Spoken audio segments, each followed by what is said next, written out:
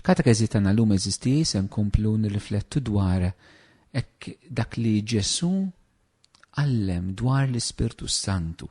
Fl-ewwel katekezi rajna il-fatt li l-Ispirtu Santu huwa id-don ta' Ġesu irxuxtat, ta' Ġesu glorifikat. Illum sejrin naraw ftit il-wediet illi jagħmel Ġesu dwar l-għotja tal-Ispirtu Santu.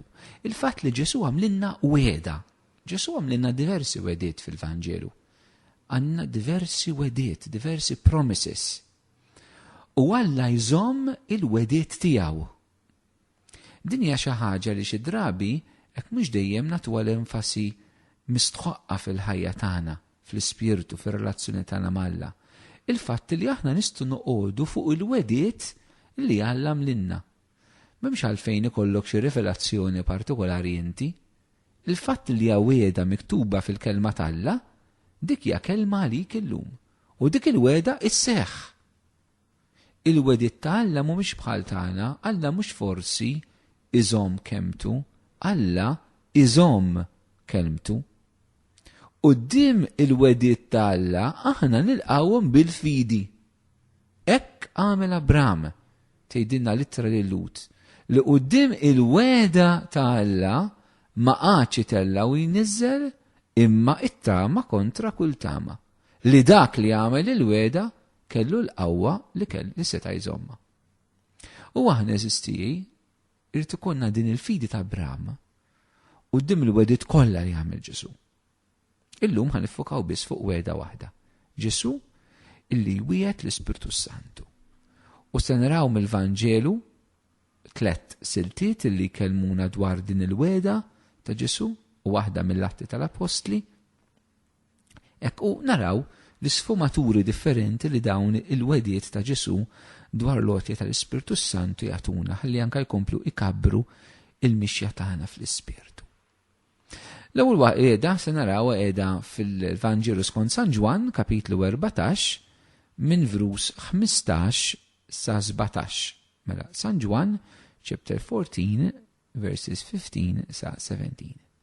Meta Ġesu fid-diskors tal-aħħar ċena jgħidilnek: Jekk tħobbuni ħarsu l-kmandamenti tiegħi u jiena nitlob lill-Missier u jagħtikom difensur ieħor biex jibqa' magħkom għal dejjem.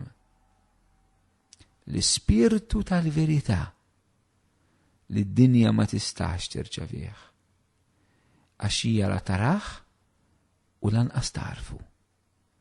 Iżda intom tarfuh għaliex jammar magħkom u huwa fikom. Ġesu eżistijaj din il-weda jibdjaw jorbota mal-imħabba tagħna lejh.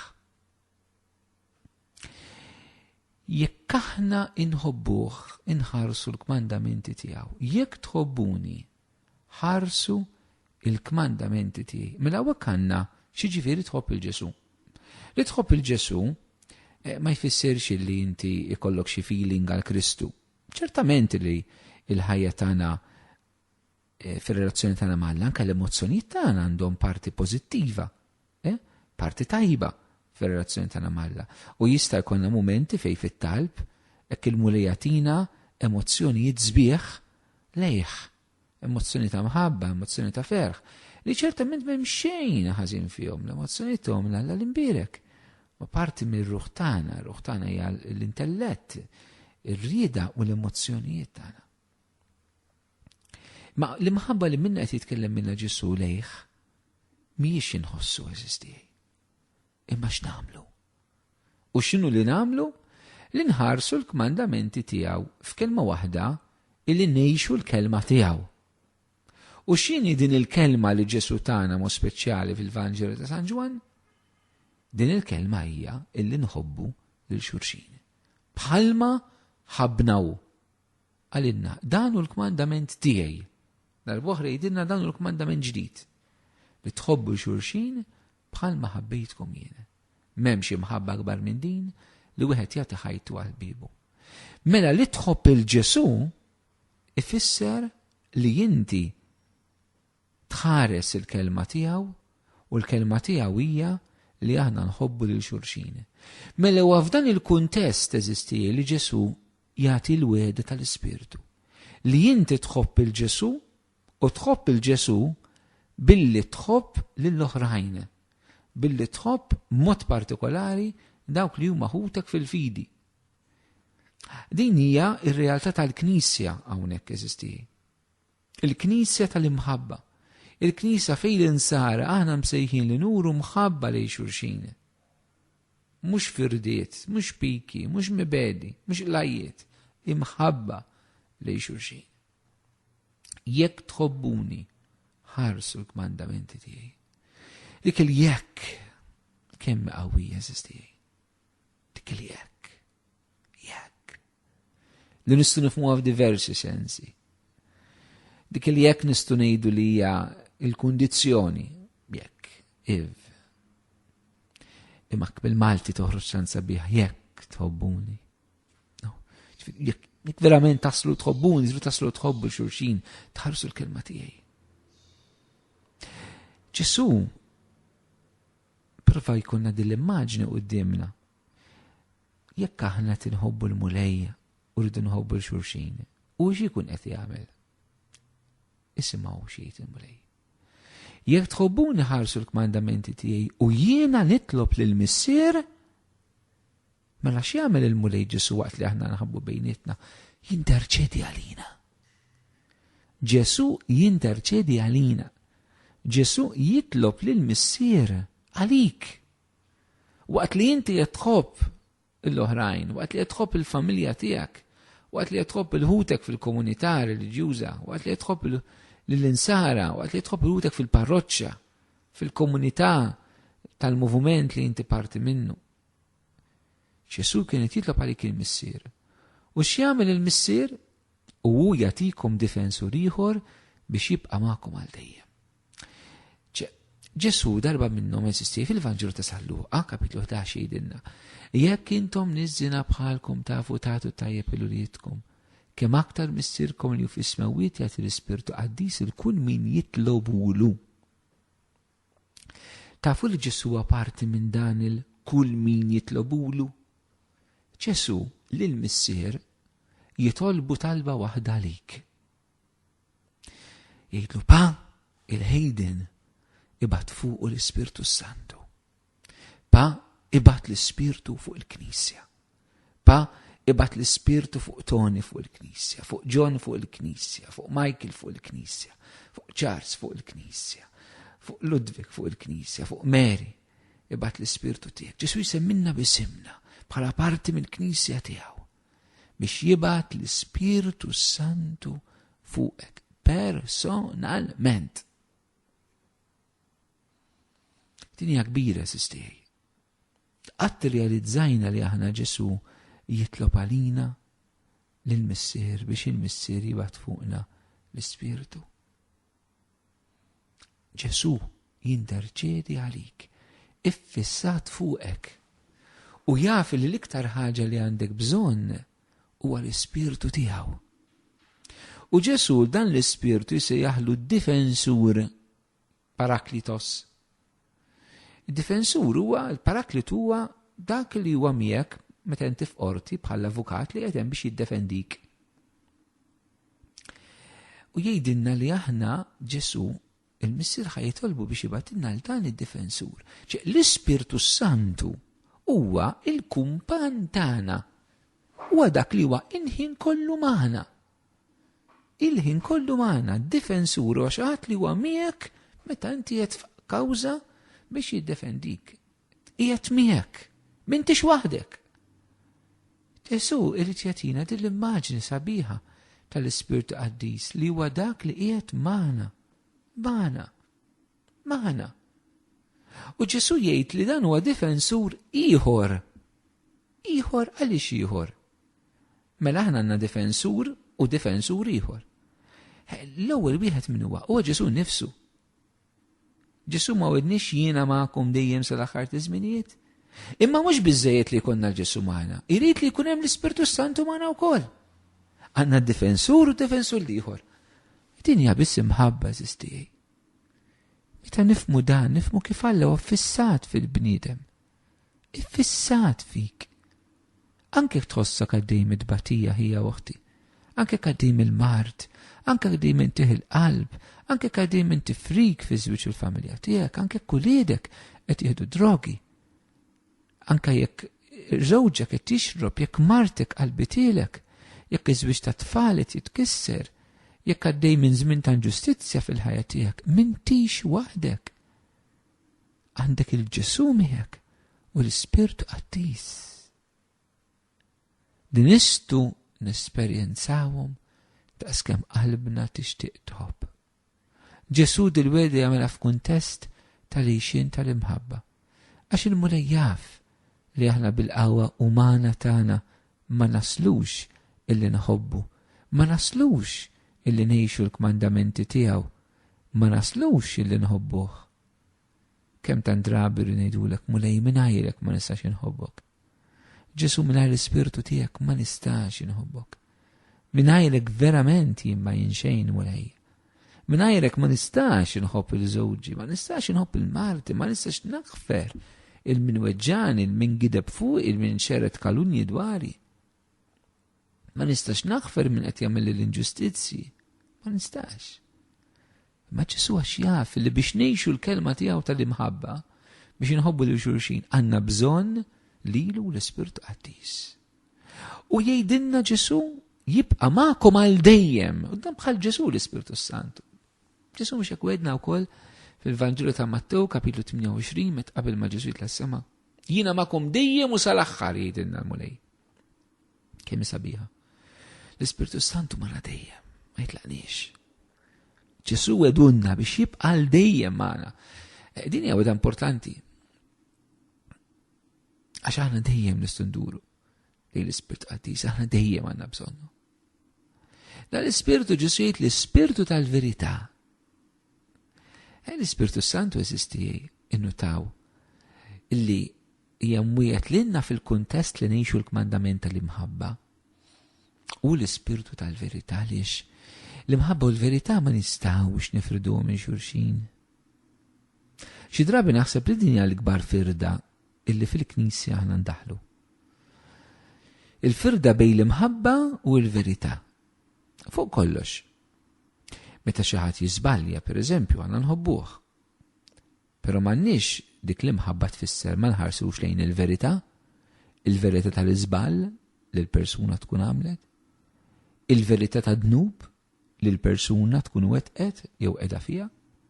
L-imħabba ma tfissirx tara għajnejk għal-gideb, għad-dnub, għal-ħażen, u f'isem l-imħabba kollox jgħaddi, dik mhix imħabba. L-imħabba u l-verità jridu jkunu fl-imkien. Li taraf il-verità x'inhi, li taraf l-iżball, li taraf l-affarijiet kif huma. Però dik mhijiex l-aħħar kelma. Għandek l-imħabba li tidħol sabiex tifdi, sabiex tfejja. Għaliex Alla u verità u Alla u imħabba. Ġesu qal jiena l-verità. Meta jgħidilna li Ġesu l-Ispirtu Santu huwa l-Ispirtu tal-verità, jiġifieri huwa l-Ispirtu tiegħu. U San Ġwan fl-ittra tiegħu l-ewwel ittra jgħidilna Alla hu mħabba. Ġesu huwa verità, Ġesu hu mħabba. Mela l-Ispirtu Santu l-Ispirtu tal-verità. U l-qudiem San Pawl jgħid li l-Ispirtu Santu huwa l-imħabba tal-Alla nsawba fi qlubna, allura l-Ispirtu Santu huwa l-Ispirtu f'kelma oħra ta' Ġesu. U l-Ispirtu Santu mhux mifrut minn Kristu, Trinitajja, daw 3 persuni huma Alla wieħed. Dak li jagħtina l-Ispirtu mhux differenti minn dak li Kristu jagħtina. Ma dak li Ġesu jagħmel fina jagħmlu permezz tal-Ispirtu Santu. It-tieni weda li jagħmel Ġesu li jgħidha fil-kuntest anke tal-aħħar ikla tiegħu, San Ġwan kapitlu 16 vers 7, jgħidilnek. Madankollu jgħidilkom is-suwa jaqblilkom li jiena mmur għaliex jekk ma mmurx id-difensur ma jiġix għandkom. Imma jekk immur nibatulkom. L-ewwel reazzjoni tiegħi għal din il-weda ta' Ġesu hekk hija di. Jekk Ġesu qed jgħidilna, isma' jaqblilkom li jiena mmur għax hekk immur ħajjiġi dan. Kieku jiena kont dak iż-żmien kont ngħid naħseb qalbi, hija mulej x'jista' kemm hu prezzjuż dan l-Ispirtu Santu, dan id-difensur li inti tgħidli billi jiena mmur ħalli jiġi hu. Aħna għandna hekk id-lozza lejn l-Ispirtu Santu, daqskemm Ġesu jossu bejn Ġesu l-Ispirtu Qaddis hemm din l-intimità qawwija fit-Trinità. U hekk naraw din l-umiltà fih dan Alla. Mhux biss l-umiltà ta' Alla.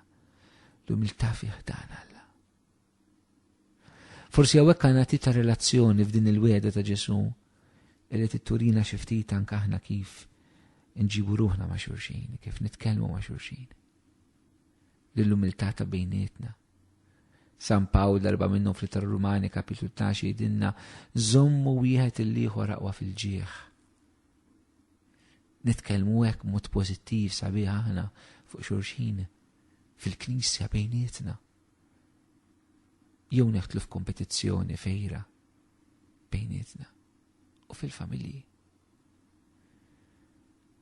Jaqblilkom li nammur għax jekk ma mmurx l-Ispirtu ma jiġix għandkom, imma jekk imur nibatulkom. Hawnhekk naraw ukoll ġesti li Ġesu mhux biss mela jitlob lill-Missier biex il-Missier jibgħat l-Ispirtu, imma qed jgħidilna li huwa stess jibgħat l-Ispirtu issa. Għaliex il-Missier u Ġesu ħaġa waħda. Hawnhekk taraw eżistija kif toħroġ iżbuħija tal-laqda bejn il-Missier bejn il-liben u l-Ispirtu. Hawnhekk toħroġ aktar li ċentru d-viżjoni vera ta' Alla, Alla kif wera lilu nnifsu f'Ġesu Kristu. Huwa Alla Trinità, Missier Iben u Spirtu Qaddis. Din spjegajniha l-aħħar darba, Ġesu kellu jkun glorifikat. L-Ispirtu kellu jingħata permezz tal-passjoni, il-mewt u l-qawmi ta' Kristu. Għalhekk jaqblilkom li nammur, jaqblilkom li nqeddim il-passjoni. Għaliex il-frott tal-passjoni se jkun l-għoti tal-Ispirtu. It-tielet mument tal-wegħda ta' Ġesu tal-Ispirtu nsibuha f'San Luqa kapitlu 24 minn verus 64 sa 9 minn 46 sa 49, Luke 24, 46, 49. U jgħidilnek. Hekk miktub dan Ġesu qed jgħidu li l-Messija ibati u fit-tielet jum iqum mill-imwiet u l-indiem għal maħfar ta' dnubiet tixxandar f'ismu lill-ġnus kollha, ibda minn Ġerusalemm. Intom xuta dan. U jien araw nibat fuqkom il-dak li wieħed missieri. Imma intom ibqgħu fil-belt sa Alla jkun libbiskom bil-qawwa tiegħu. Hawnhekk l-ewwel ħaġa Ġesu jitkellem mill-Ispirtu Santu issa mhux biss bħala l-wegħda tiegħu, imma mill-wegħda tal-Missier nibat fuqkom lil dak li wieħed missieri. Il-Missier fejn għamlilna din il-wegħda eżistijaj. Ma nsibu l-ebda referenza fit-Testament il-ġdid li Alla l-Missier qed jagħmel din il-wegħda, però din il-wegħda Alla l-Missier għamilha. U din il-wegħda Alla l-Missier għamilha fit-Testament il-Qadim. Fit-Testament il-Qadim insibu mumenti meta Alla jwiegħed li l-poplu se jiġġedded u se jibgħat fuq l-Ispirtu tiegħu.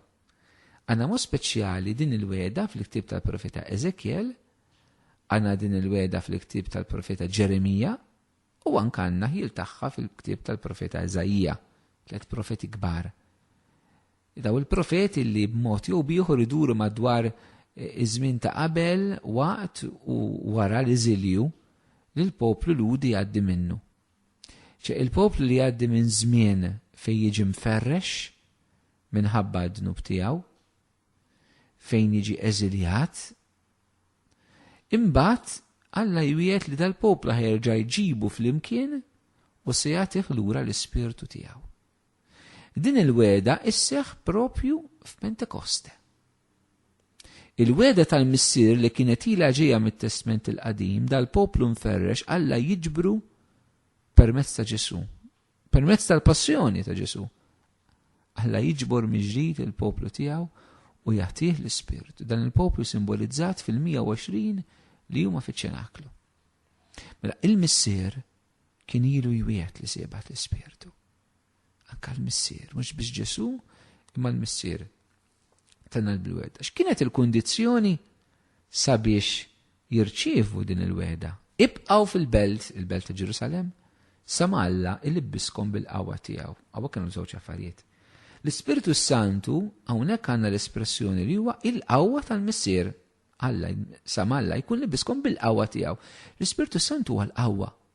Mill-hawnhekk Ġesu qiegħed iwiegħed illi din il-qawwa u se titlibsu biha. Il-libsa x'inhija? Il-libsa hija dik li ilha tattik.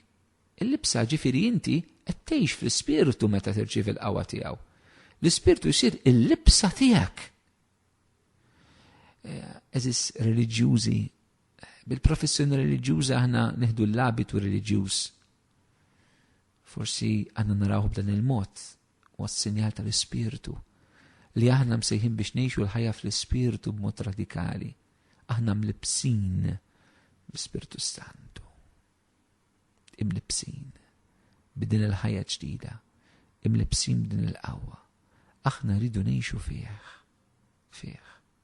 Però tibqa' fil-belt biex tirċievi l-qawwa. Il-missjoni tagħhom kienet kol tgħaddi minn żmien ta' stennija.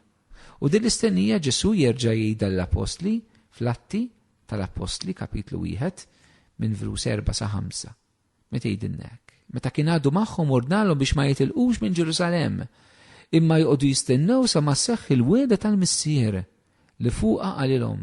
Smajtu x'kont qedtilkom, jiġifieri li Ġwanni għammed bl-ilma, imma li fi ftit jiem oħra titgħamdu bl-Ispiritu Santu. Hawnhekk Ġesu eżistija jerġa' jtenni din il-weda ċara tal-missier il-magħmudija fl-Ispiritu Santu. L-Apostli ma kellhomx jitilqu jibdew jevanġelizzaw qabel ma jimtlew b'din il-weda, bil-weda tal-Ispiritu. Xi tfisser anke fil-ħajja personali tagħna eżistija.